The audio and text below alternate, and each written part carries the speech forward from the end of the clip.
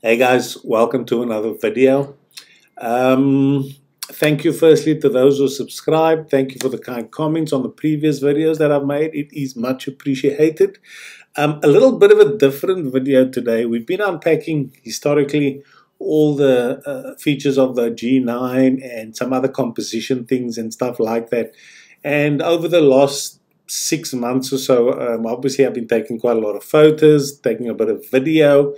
And I've reached a point now where I need to look at my file management system, both from a photo and videography perspective, as well as my personal files and folders and documents and images and screenshots and. So it was a right old mess, and it's forced me to sort of have a look at what my options are. Now, if you're on a Mac computer, you'll be well aware that we've got the Finder program. And if you're on the Windows computer, you've got the Windows Explorer program. And I stumbled across Adobe Bridge, which I sort of had a look at, and I'm quite impressed with. Now, let me just start off by saying from the get-go, this is a very, very comprehensive and thorough program, Adobe Bridge, right? And I think serious photographers, graphic artists are probably using this in its entirety. I'm looking at a very basic snapshot because I've only just started dabbling with it. So I just want to say from the get-go, this is just going to be a very basic introduction video as to what it is I've found so far and how I feel I'm going to utilize it to manage my file management, like I said, photos and videos. I think to begin with, I'm going to continue using Finder for my personal documents, all the stuff that's personal. But I think I'm going to be using Adobe Bridge for photos and videos and things like that. I think that just separates it quite nicely. So yeah, that's sort of the idea behind this video. It's just going to be a little snapshot of what it does have to offer, and perhaps this may or may not be of benefit to you. You may be in a similar situation where you've got copious amounts of files. You've been putting off sorting out your folders, sorting out your naming convention, sorting out the hierarchy of all these folders, because the more you can get it right up front, the easier it's going to be to manage those files later on. And that's sort of the purpose of this video, just making us more efficient and effective when it comes to the workflow and saving of our photos and things like that. So I sort of hope that makes sense. Alright guys, so before I begin, I just want to navigate to system preferences. So I'm obviously working on a Mac. You may be on a Windows computer. But if you are on a Mac, go to the security and privacy settings and then go down to files and folders, and you can see there Adobe Bridge is selected. And all I'm interested in is the removable volumes. There are network volumes in here. I may change that later, downloads folder. So I may end up using Bridge as my main sort of file management system. But for the time being, I'm just going to use it for photos and videos, like I said earlier. And then if it does work for me and I get used to it, I may incorporate some other files and folders. So make sure you go there and choose whatever it is you want to do. It's up to you. Now, another thing, I've got access to Adobe Bridge because of my work Creative Cloud account. Adobe Bridge comes part of that. But I do believe it is, if we do a bit of a Google search here, Adobe Bridge, free. It says a free trial there, but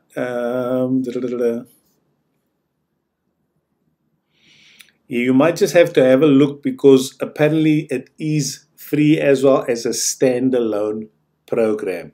So just have a look if you haven't got the Adobe Creative Cloud option.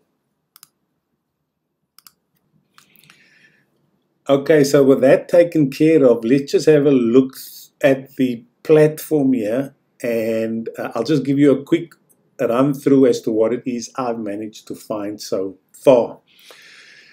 So starting on the very top here, it's got this sort of breadcrumb type of arrangement where you can, click on something, click on a particular folder, and then it'll show you where that folder is using the breadcrumbs.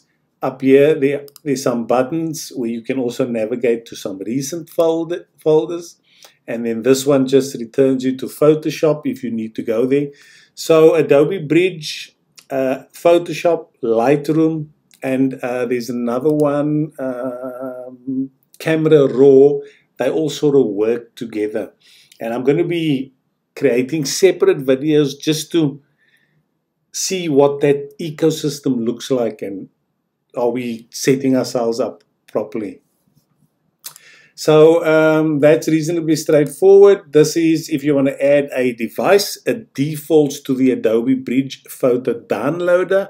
I'm not sure if that can be changed somewhere in the system preferences, but I typically don't use that because the minute you plug in either a camera or an SD card, it pops up here anyway. So if you want that to show, like I said, those removable devices, make sure you've set that up in the settings menu. So you got your computer. I've got an external hard drive where I keep all my photos on, and it's looking a lot better now that I've just tidied things up. And then as you create folders or you do projects or whatever the case may be, give some thought as to how you want to create that naming convention and your hierarchy of files and folders. It's reasonably straightforward. In Broadbeach, for example, I've just got photos in there. And then, if you want to name things, we'll look at all those a bit later on. So let's just go back through again, make sure we run through the top here. You can do a review mode, which I'll look at in more detail. And then, not sure exactly what that is. I think that takes you to Camera Raw, if memory serves me correctly. So reasonably straightforward. If you're used to a Mac, the menus, and that's quite easy to navigate, right? Now, on the top here, this is where Adobe Adobe Bridge is quite comprehensive in its ability to be customizable. In any of these panels over here, right, you can actually right click and then add whatever you want into this small panel over here, right? Same thing over here, you've got another panel, you can right click it and add to your arts content all these panels. So when you think Adobe Bridge, think panels. Now at the moment I'm in this Essentials panel, if you will, and some people refer to it as a workspace, right? And I look at it, it is just different views. I don't know if you remember in Finder, you can have like a library view or film strip view of your folders. Then there's certain places where you do output to other programs. So we're going to unpack each one of these in separate little videos as I get more and more accustomed to it. Like I said, this is a basic introduction. Some of the things I'm not even completely au fait with as yet. But I was quite excited because I did have a little bit of a play. There's some workflow things around when you obviously connect your camera, you do some cropping, some tagging, whatever the case may be. And then there's some metadata around every single folder or image that you've got. So we're going to be going through those things individually as time permits. But for the time being, I'm going to run through this basic overview. And once again, continuing what I was saying earlier, you've got another little smaller panel down here. And once again, you can add whatever panel you choose in there. I've used this export one a little bit. I'll tell you why. There's certain, because all the photos I take, for example, is taken in RAW, right? Now, they're very, very big files. If you want to share them on Facebook or create a YouTube Shorts slideshow, you need to convert them to JPEG first, and then Facebook will accept it, and it's a lot smaller files. YouTube will accept it, and things like that. So what you can do with this export feature is pretty much select your photos in here. Let's just use Coolangatta as you want. As you can see, RW2 means that it's raw. Choose whatever photos you want and then drag it into this preset, if you will. And what it'll do, it'll export it to a predetermined folder where you can then upload it to Facebook or YouTube or whatever the case may be. So that's what export does. As you can see, I've got one labeled JPEG. I've got another one which I use for YouTube because YouTube has a particular size. I think it's 2560 by something. And that is how you can very quickly move images to folders that you need to get up into social media quite quickly in a particular format. We even got one for Instagram and YouTube Shorts and things like that. So you can have, if you use, for example, your export panel quite often, you obviously then just keep it in there. Collections is reasonably straightforward. You can go through your metadata and decide, okay, how do I want to divvy my photos up? I had some trouble, if you can recall, with my 300mm, 100 to 300mm lens, and I was having a bit of a play, and I needed to make sure that the focal length at 300 was working. So I created a collection. If I double click that, I wonder if I can edit it. Let's just have a look, edit. So I said, look in this particular location, choose the focal length that equals to that. Reasonably straightforward, and bang, it found all my photos that were taken at a 300mm focal length. So over time, eventually, I'll have different collections in here. That's the nice thing if you want to have a look at, okay, how's this particular lens performing at night. You know, you can create a collection around that and just look at those photos, look at the metadata, and have a real study as to what results you're getting. In that way, I find it quite amazing. What else can I tell you? So look at and consider Adobe Bridge to be this series of panels that you can arrange to help you go through your photos. I don't find it particularly beneficial being able to put these panels all over the place. I think it's nice having certain panels allocated to certain functions. For example, in the center over here, you've got this preset so it doesn't look like it can change. But wherever you want to preview something, you've got your preview window. And once again, if you right click that, see, you can add all these panels in here. So if you find, you know what, the keywords panel or the collections panel, whatever works better for you up here, by all means, right click it and then choose the collections panel, you know, and bang, it'll be up there. Makes sense if you want to. Like I said, it has that functionality to be customized to suit you, right? What else can we run through? There's another panel at the bottom here, which is kind of important. And I haven't moved it or changed it or anything. So we selected our image, which is nicely shown up here.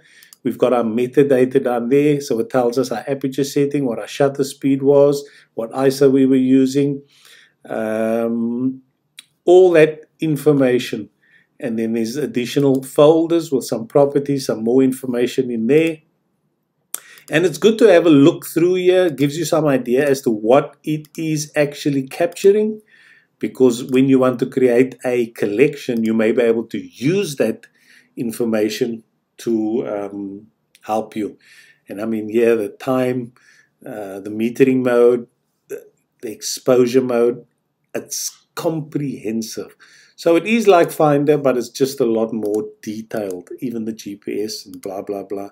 So have a look at that metadata. Have a look at that panel if it suits you being there.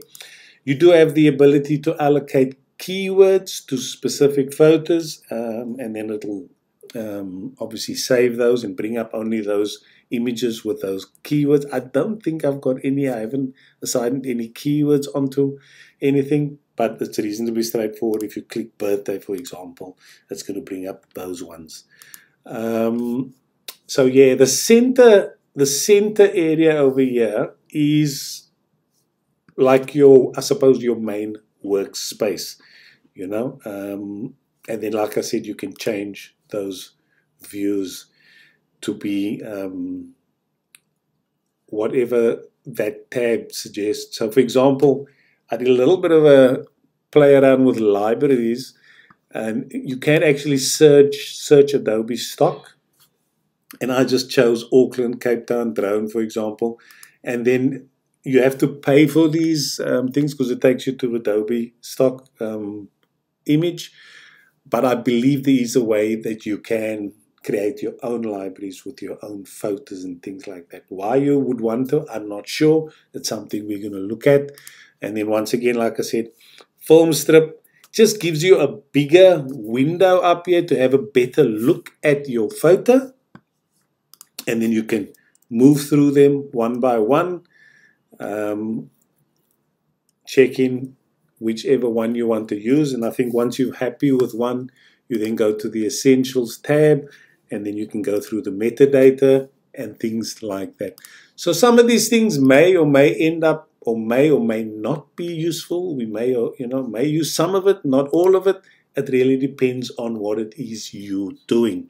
But it is absolutely worthwhile having a look at this program and seeing exactly what it has to offer. Like I said, I found it quite handy so far for the very basic functions that I've managed to discover, and I'm sure there's a lot more things in here. I mean, just running through some of the preferences in Adobe Bridge, if you look at just some of the general ones, and once again, you can select favorites to your heart's content, and it'll appear up in there. There's some advanced functionalities. I haven't changed anything in here as yet. There's some caching things that you can do, some cache management that you can do. And as I get familiar with it, I'll just create these little videos and pop them up there just for to keep you guys in the loop as to what it is they do. Labels and ratings. Apparently, this is a feature that is used quite a bit. You could just use the Command +1 button and it'll give it a 1 star. I think you can untick that. It'll make it even easier. If you press 1, it gives that image 1 star. And if you press number 5, it gives it a 5 star. Or you can have 6 will give it a red color, 7 will give it a yellow, 8 and so forth and so on. Media cache, not sure what that is all about, but some of these things are going to be, I suppose, unnecessary, depending on how deep you're diving into the photography world. Metadata is always quite good to have, I suppose, so you want as much information as possible. And then you've got your output, playback. So as you can see, just looking at this, it is a really comprehensive program. Make no mistake, it is a big beast, and I think will certainly add value to the cause. Alright guys, we fast getting through the basic overview of this program. There are some other buttons up here which you can utilize, changing the preview size, for example, the quality, yada yada. So there are some settings you can look at there. There's some filtering options in there too. You can sort by file name, sorting functionality, sending and descending. You can open recent files, blah blah blah, and you can also delete things here. You can even search within a particular folder. So down at the bottom over here, it gives you once again another little, I suppose, breadcrumbs look at where you are in the program. And then you have the functionality to change the size of these images over here using the slider, which is also quite handy, I suppose, if you just have a few photos. If you've got quite a lot, then it's obviously nice to keep it small. Then you've got a thumbnail grid look that you can have, and then just plain good old thumbnails. You can have it in a detail sort of a format, or you can have it as lists, whatever your preference is. I tend to like it in this sort of thumbnail grid. And then there is a tiles tick and untick button. It's just nicer if it's tiles, or you can have thumbnails only. So there is some customization that can be done using the program. There are some other buttons down here if you want to edit a particular preset, which I was talking about earlier. You want to add a new preset, you want to delete a preset, like the YouTube channel art. I don't use that one a huge amount, so I can just delete that if I want to, and then go yes. So look guys, that is it, to summarize what the Adobe Bridge asset management application gives you. I think, when you need to create a workflow, when you need to organize your photos quickly, run through things, delete ones that are not relevant, save the ones that you want to do, send them to Lightroom or Photoshop, or what was the other one called, Camera Raw. This is the gateway that starts the process in your file management or asset management system. And then from there, like I said, Camera Raw, Lightroom, Photoshop, whatever the case may be. So don't look at this as we don't edit photos here at all. This is just us organizing what it is we want to keep, what it is we want to get rid of, how we want to save things, right? And then from there, we can start our workflow. So look, guys, I hope that makes sense. Bit of a different video today. Still part of the whole Aperture to Zoom world. Still part of the photography and videography space. Something that I think is quite important. So I'm going to put this in a particular playlist and just keep adding videos to it as things become more and more obvious to me. Because it's better having short, sharp little videos that we can digest easily rather than these long-winded videos. But apologies if this one is a little bit longer than usual, but it is quite an important one. So if you don't have Adobe Bridge, I would suggest check out the option to getting it free. If you do have the Adobe Creative Cloud package, Adobe Bridge is part of that, so make sure you are utilizing it, or at the very least having a look and starting to get familiar with the program. It's like anything else. Once you play with it, it makes life easier. Anyway, guys, I'm going to wrap it up there. Thanks for watching. If you did make it to the end of this video, well done. I know it's a bit of a long one. Comment if you found it useful and helpful. Hit the like button. Subscribe if this is what you're interested in. I'm going to be unpacking in its entirety everything from Aperture to Zoom in the photography and videography world. So I've recently purchased the Panasonic Lumix G9 about 6 months ago. I'm sort of working through that camera. I've just as recently as yesterday got the 12 to 60 millimeter Leica lens, which is probably the most expensive lens I've bought to date.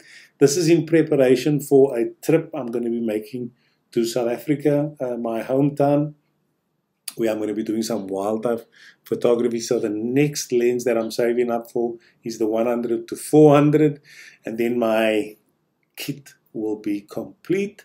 I do have the Panasonic Lumix G7, which is an amazing little camera. So I'm going to be putting the 12 to 60 on there.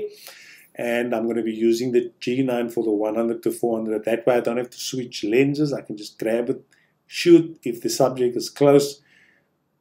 Grab the 100 to 400 if it's further away. But look, I'm getting into something else I didn't really want to get into. Point being, this channel is going to be covering a lot of content from the beginning to the end. And if that's something that resonates with you, please consider joining the journey, and we can learn together Thank you very, very much. I wish you well with your photos and learning, and we'll see you in the next one. Over and out. Bye-bye.